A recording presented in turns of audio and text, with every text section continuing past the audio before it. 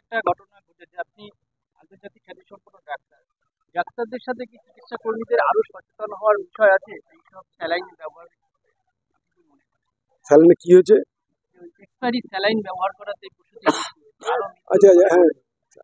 এখন দেখুন, এটা একটা ঘটনা যে আমাদের চিকিৎসা শাস্ত্রে ডাক্তারি পড়ার সময় এবং নার্সিং ট্রেনিং এর সময় আমাদের এই ট্রেনিংটা মাস্ট সকলকেই দেওয়া হয়, এবং কেউ বলতে পারবে না এই ট্রেনিং পায়নি। অর্থাৎ ইঞ্জেকশন দেওয়ার আগে লেভেল দেখতে হবে। আপনি একটা জেলুসিল ট্যাবলেট খেতে গেলে আপনাকে দেখতে হবে তার ডেট আছে কিনা। সিমিলারলি যে ফ্লুইডটা, যে তরলটা একদম রক্ত দিয়ে শরীরে যাচ্ছে, জীবন বাঁচাচ্ছে, ব্লাড যাচ্ছে, বিশেষ করে এই ফ্লুইড থেকে হয়, এগুলো ডেট এক্সপায়ারি করা দেখা যাদের দায়িত্ব তারা দেখবে। যদি কারোর কোনো গাফিলতি থাকে, আমার দৃঢ় বিশ্বাস রাজ্যে স্বাস্থ্য ব্যবস্থার যে ব্যাপক উন্নতি হয়েছে, সেক্ষেত্রে প্রথম রাউন্ডে এটাও যাতে না হয় সেটা নিশ্চয়ই আমাদের স্বাস্থ্যমন্ত্রী, রাজ্যের মুখ্যমন্ত্রী আছেন, এটা ব্যবস্থা হবে। কিন্তু আমাদের ডাক্তারদের আমি বলবো যে অন্যান্য যে স্বাস্থ্যকর্মী যারা আছেন তারা তো আছেন, কিন্তু ফ্লুইডটা কিন্তু ডাক্তাররা নর্মালি চালায় না, আমাদের সিনিয়র সিস্টাররা চালায়। আমার মনে হয় সিনিয়র সিস্টারদের নিয়ে একটা বড় ক্যাম্প হতে পারে ফ্লুইড চালানোর জন্য। এগুলো প্রায়ই হয়ে থাকে মেডিকেল কলেজগুলোতে, এবং এটা নিশ্চয়ই আর ঘটবে না। কারণ রাজ্যে স্বাস্থ্য পরিকাঠামো যে অত্যন্ত উন্নত হয়েছে। আমরা যারা একসময় 40 বছরের ডাক্তারি পড়েছি বুঝতে পারি কোথায় আমরা ছিলাম এখন কোথায় এসছে। সুপার স্পেশালিটি হাসপাতাল গ্রামাঞ্চলের ডিস্ট্রিক্টে যে ভাবা যায় না, সেখানে আমাদের আমি চাকরি করতাম খাসবার হেলথ সেন্টার ঘাটালে, সাবসিডি হেলথ সেন্টার, অর্থাৎ 2টো বেড ছাড়া আর কিছুই ছিল না। এবং ওষুধ লিখতাম, আমরা কি লিখতাম, অ্যান্টিবায়োটিক তো কিছু সালফার ডায়াজিন।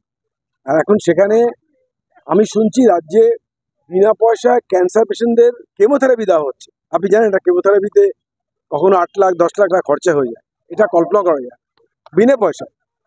এবং আপনারা শুনলে খুশি হবেন, রাজ্যে মাননীয় মুখ্যমন্ত্রী অনুপ্রেরণায় তিনি চেয়েছিলেন যে একটা আমার যেটা সাবজেক্ট অর্থাৎ ইনফার্টিলিটি, আইভিএফ ইত্যাদি, সেবার উনি পিজি হাসপাতালে একটা ফ্রি আইভিএফ সেন্টার করার কথা বলেছেন, এবং তার কাজ প্রায় অন্তিম অবস্থায়। এবং আমাদের সহযোগিতা অলরেডি কয়েক হাজার পেশেন্ট দেখা হয়েছে। আপনারা শুনলে খুশি হবেন, প্রায় একদম বিনা পয়সায় টার্মিনাল পেশেন্ট, মানে দিন আনে দিন খায় লোকেরা, তাদের মধ্যে প্রায় 40-42 জনের আইভিএফ প্রেগনেন্সি হয়েছে বা চলছে। এটা রাজ্য সরকারের সম্ভবত ভারতবর্ষের প্রথম অ্যাচিভমেন্ট, কমপ্লিটলি ফ্রি। আরো 2-1টা সেটা হয়েছে কিছু কিছু সরকারি তরফে।